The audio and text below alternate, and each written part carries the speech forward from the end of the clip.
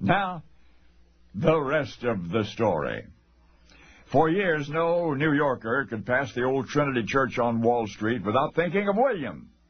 It was he who had donated the heavy equipment necessary to build it. He, William, one of the most elegant, respected men in the entire city.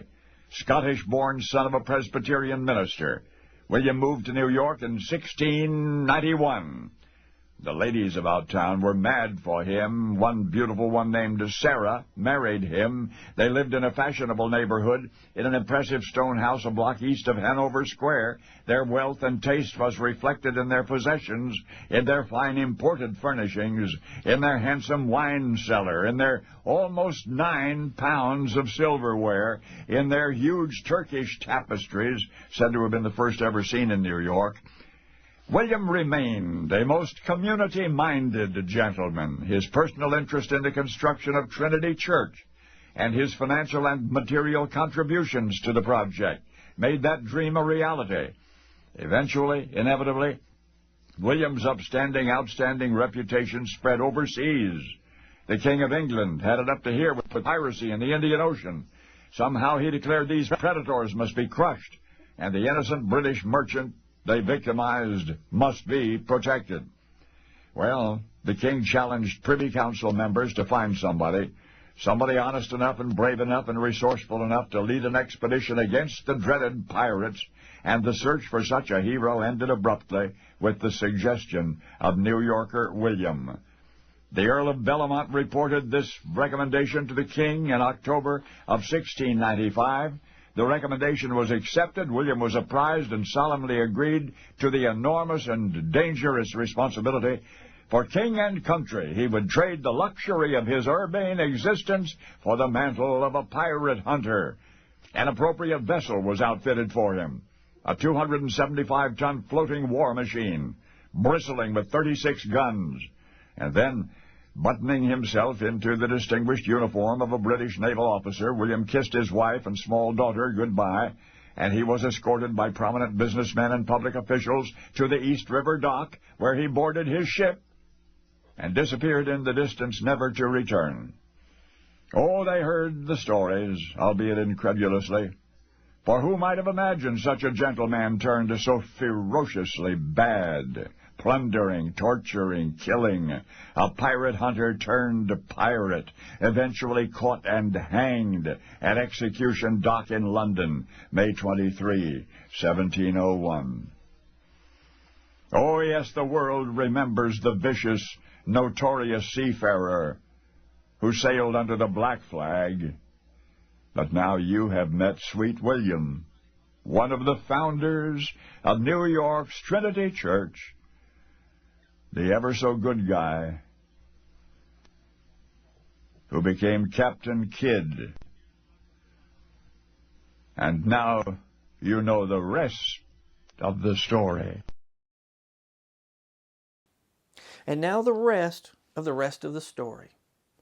When most of us hear the name Captain Kidd, what comes to mind? Pirate, right? He's probably one of the most infamous pirates in history. He was the inspiration of countless books and movies, including Pirates of the Caribbean. But did Captain Kidd get a raw deal? According to some, Captain Kidd is said to be the most unfortunate pirate ever to sail the high seas, for it was his bad luck to sail as a privateer pirate just when the rules changed and the privateer pirate became an outlaw. First, we need to be sure we know the difference between a privateer and a pirate. A privateer was a private individual who held a government commission which authorized him to engage in warfare with enemy ships, including merchant ships. A pirate, on the other hand, attacked and robbed ships without government commission. In essence, a privateer was a government-sponsored pirate. In Mr. Harvey's episode, he said that Captain Kidd donated money to build the Trinity Church in New York. He also loaned the runner and tackle from his ship for hoisting the stones in the church's construction. The assumption was that the money he donated was a result of piracy, but I'm not so sure. You see, in 1691, Captain Kidd married Sarah Bradley Cox Urt. She was in her early 20s and he was about 37. Sarah was twice widowed, and Captain Kidd was her third husband. Due to her inheritance from her first husband, Sarah was one of the wealthiest women in New York. The Trinity Church that we see today is definitely impressive. It has a prominent location on Broadway, opposite Wall Street, in the financial district of Lower Manhattan, and it is architecturally stunning inside and out. Captain Kidd would be proud, but he wouldn't recognize it. The one you see today is the third church building that was built on the site. The Trinity Church Captain Kidd helped build was a modest single-story rectangular building which faced the Hudson River. It was destroyed in the Great New York City Fire of 1776, 75 years after Captain Kidd was executed. Captain Kidd's seafaring life began before he married Sarah. By 1689, he was a member of a crew which sailed under Captain Jean Fantin. During one voyage, William Kidd and the other crew members mutinied and took the ship. They renamed the ship Blessed William after William Kidd, and he became Captain Kidd. The Blessed William became part of Christopher Codrington's fleet, whose goal was to defend the island of Nevis from the French. Christopher Codrington was the governor of the island of Nevis. Rather than paying the sailors for defending the island, Governor Codrington told them to take their pay from the French, which they did. In 1695, Richard Coote, 1st Earl of Bellamont, who was governing New York, Massachusetts, and New Hampshire at the time, asked his friend Captain Kidd to attack pirates and their associates along with any enemy French ships. Whether he wanted to or not, Captain Kidd would have been considered disloyal to the King of England if he refused. Captain Kidd and the Earl were friends, and Captain Kidd accepted, and the majority of the venture was paid for by the Earl and some other English noble lords.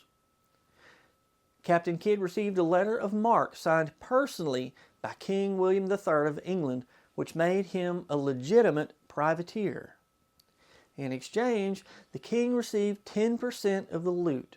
The Earl also invested in the venture and was to receive a small percentage as well.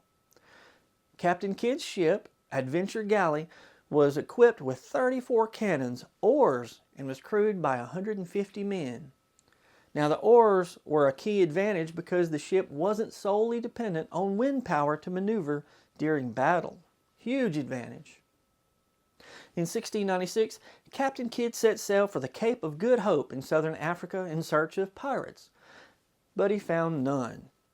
When he failed to attack two other privateers who were not enemies according to his commission, some of his crew deserted the next time they were in port. Those who stayed constantly threatened to mutiny. The crew and Captain Kidd were getting desperate. On October 30, 1697, a Dutch privateer ship appeared.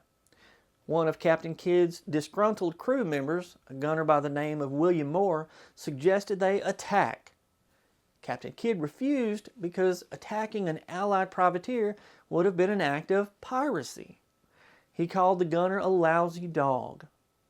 The gunner purportedly responded, "If I'm a lousy dog, you have made me so. You have brought me to ruin and many more." Remember, the crew of a privateer got a very small percentage of the loot as well. If they didn't attack ships, they didn't earn any money. Captain Kidd dropped or threw an iron-bound bucket on the gunner's head, which fractured his skull. He died the following day.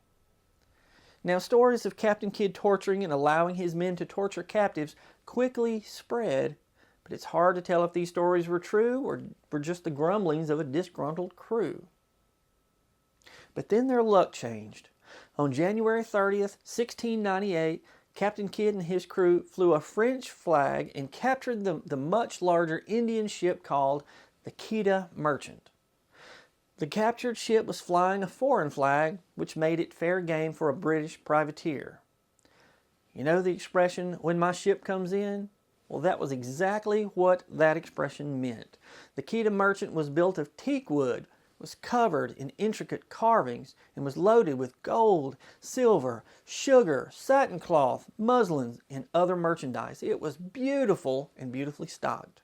Unfortunately for Captain Kidd, the treasure belonged to a nobleman in the court of the Indian Mughal emperor.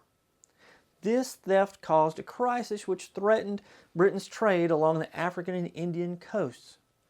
Captain Kidd had gone from being an asset to the crown to being a huge problem for powerful people in London. They labeled him a pirate. They ordered everyone that could to pursue and seize the said Kidd and his accomplices for the notorious piracies they have committed. Captain Kidd's original ship, Adventure Galley, had become worm-eaten and leaky, so he had his men burn the ship. He adopted the Quetta Merchant as his flagship and renamed it Adventure Prize. When he heard that he had been labeled a pirate, Captain Kidd decided to return to Boston to clear his good name.